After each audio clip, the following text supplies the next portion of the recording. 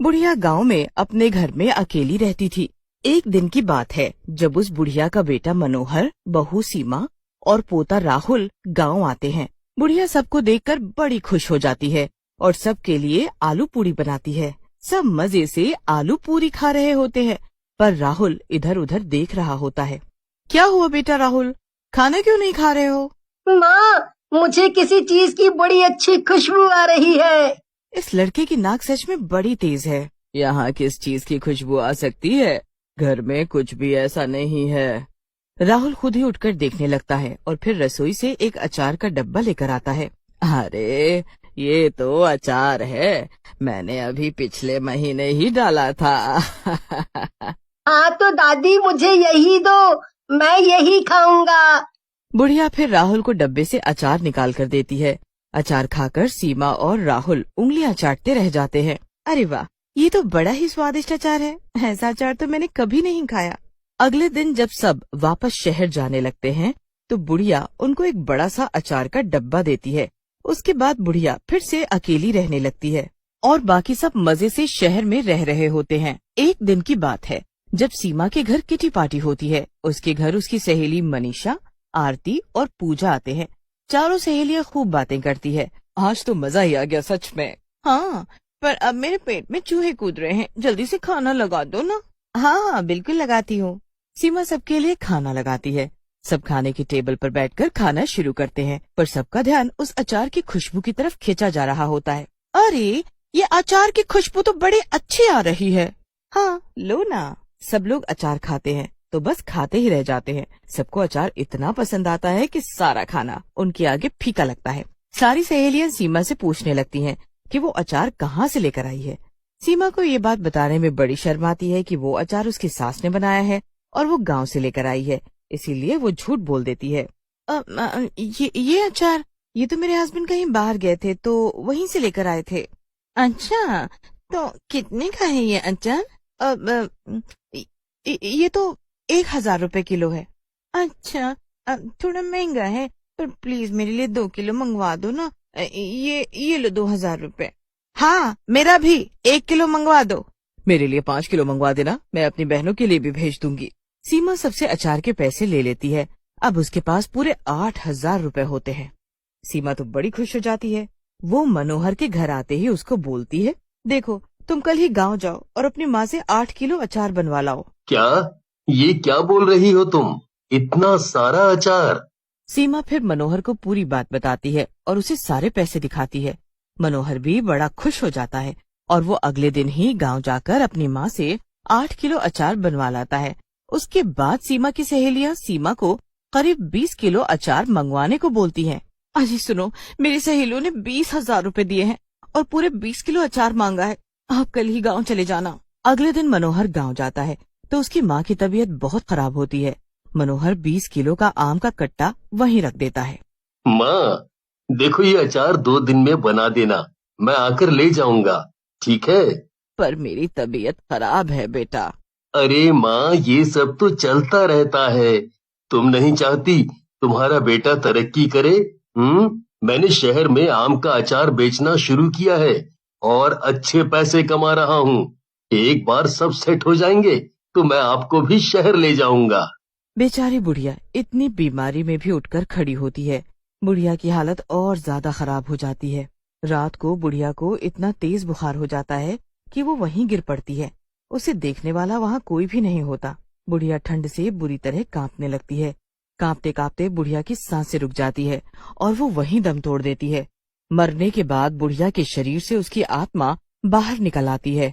वो एक चुड़ैल में बदल चुकी होती है। मुझे ये अचार बनाना ही होगा, मैं मर नहीं सकती, अब मैं क्या करूं? बुढ़िया चुड़ैल वापस बैठ जाती है। उसके बाद वो रातों रात अचार बनाकर रख देती है। किसी को भी नहीं पता चलता कि बुढ़िया घर के अंदर मरी पड़ी है।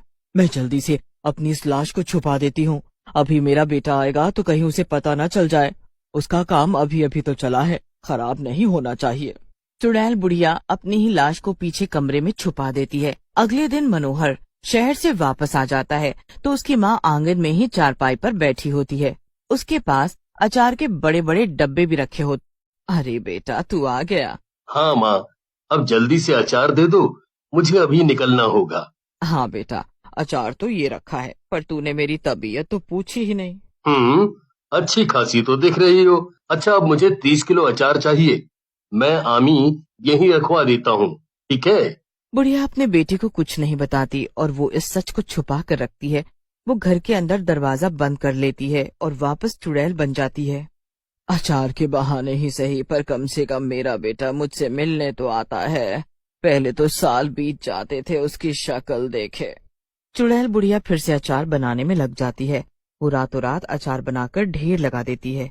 यहाँ शहर में सीमा और मनोहर अचार के काम से खूब पैसे कमा रहे होते हैं।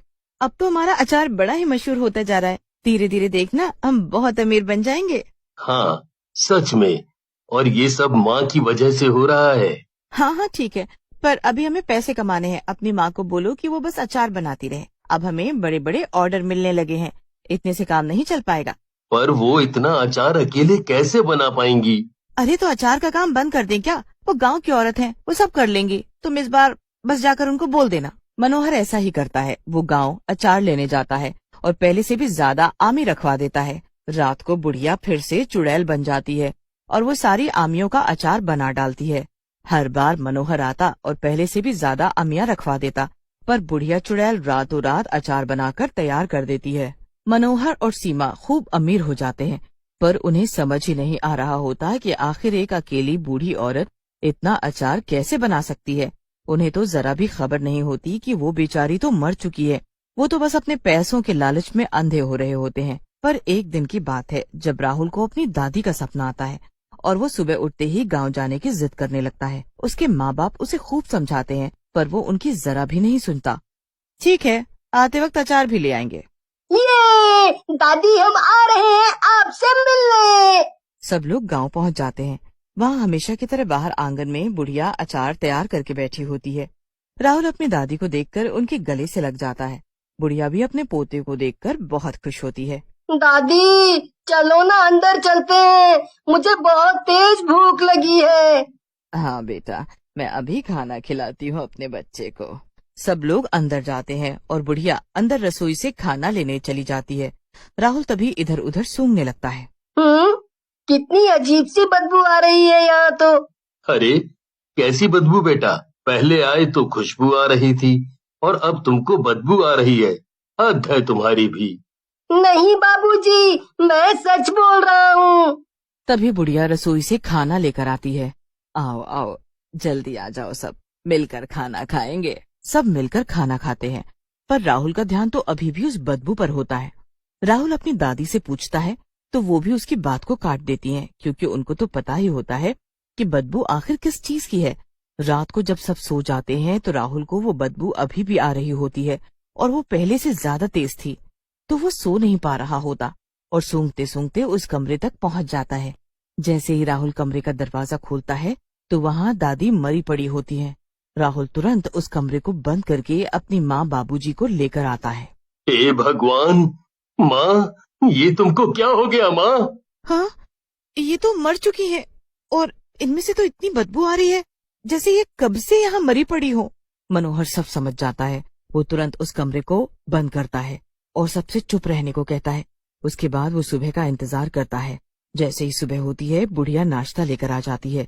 सब लोग ये देखकर एकदम दंग रह जाते हैं। अरे, तू रो क्यों रहा है बेटे? क्योंकि मैं सच जान चुका हूँ माँ।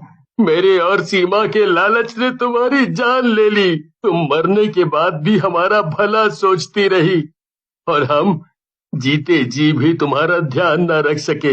हाँ माँ जी, हमसे बड़ी भूल हो गई। इतना सुनते ही बुढ़िया अपने चुड़ैल वाले रूप में आ जाती है। बस तुम्हें अपनी गलती का एहसास हुआ है, यही काफी है। बेटा राहुल, तुम अपने माँ बाप को कभी अकेले मत छोड़ना। बुढ़ापे में माँ बाप को बच्चों की बहुत जरूरत होती है। हाँ। इतना कहते ही वो चुड़ैल बुढ़िया गायब हो जाती है। मनोहर, सीमा और राहुल बहुत रोते हैं। मनोहर और सीमा को अपनी गलती का एहसास जिंदगी भर रहता है और वो अचार से कमाए सारे पैसे एक वृद्धाश्रम में दान दे देते हैं।